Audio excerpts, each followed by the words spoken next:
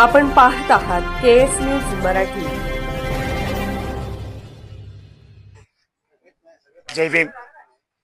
वंचित बहुजन आघाडी तालुका क्षेत्र अध्यक्ष असल्यामुळे आम्ही प्रत्येक गावात सगळ्याकडे फिरलेले आहे आणि माडगाव गावात तालुका का व्हावं आणि कशाबद्दल व्हावं आज आपल्याला व्यापार लाईन जास्त आहे आणि प्रत्येक गावात आपला धनगर समाज असू दे कुठलाही समाज असू दे शेळी मेंढीची व्यापार ह्या गावात जास्त होते आणि आंध्रा धरून मुंबई धरून या व्यापारी लोक ह्या गावात येतात।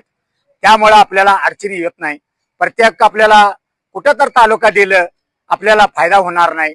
आतापर्यंत आपल्याला इथं पूर्ण पहिल्यापासून आपल्याला हीच बाजार आहे, त्यामुळं आपल्याला अडचणी येत नाही। आपल्या वंचित बहुजन आघाडीच्या वतीनं हे निश्चित आपल्याला तालुकाच हीच आपल्याला सगळा वंचित समाज बहुजन समाज नेते सगळे लोकांनी हे माडगाव तालुकाच व्हावं म्हणून म्हणणं आहे। या बीजेपी सरकारला माझा विनंती आहे, हे माडगाव तालुकाच आपल्याला पाहिजे आणि माडगाव तालुकाच करा म्हणून आपल्या वंचित बहुजन आघाडीच्या वतीनं आज माडगाव आम्ही पाठिंबा जाहीर केलेला आहे आणि तालुका निश्चित आपल्याला माडगावच व्हावं म्हणून मी हात जोडून विनंती करतो सरकारला माडगावच करा म्हणून।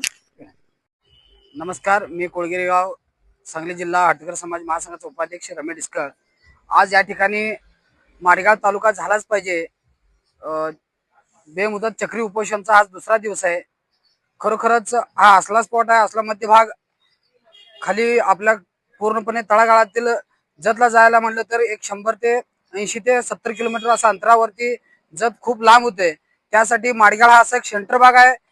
इथनं धरून इकडे 10-12 गावं, इकडच्या साईडला दक्षिणला काढला 10-12 गावं, असं सगळे मिळून हा माडगावचा एक मध्यभाग सेंटर भाग असा माडगाव तालुका होण्यासाठी एक सुव्यवस्था आणि जत तालुक्यात असा एक मध्यभाग आहे की या ठिकाणी खूप मोठ्या प्रमाणात बाजार भरला जातो।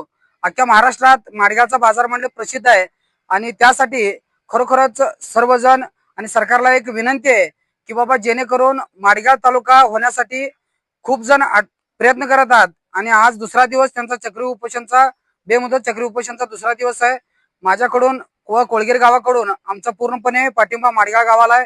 माडगाव तालुका झालाच पाहिजे आणि खरोखरच सरकारने याकडे लक्ष द्यावा आणि माडगाव तालुका द्यावा अशी मी त्यांना विनंती करतो।